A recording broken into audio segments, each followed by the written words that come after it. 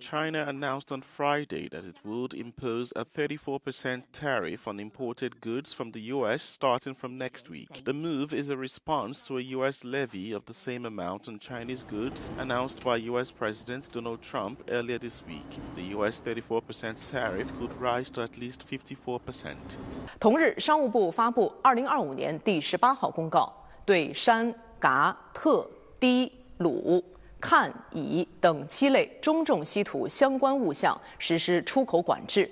发布第21号公告，将16家美涉军实体列入出口管制管控名单。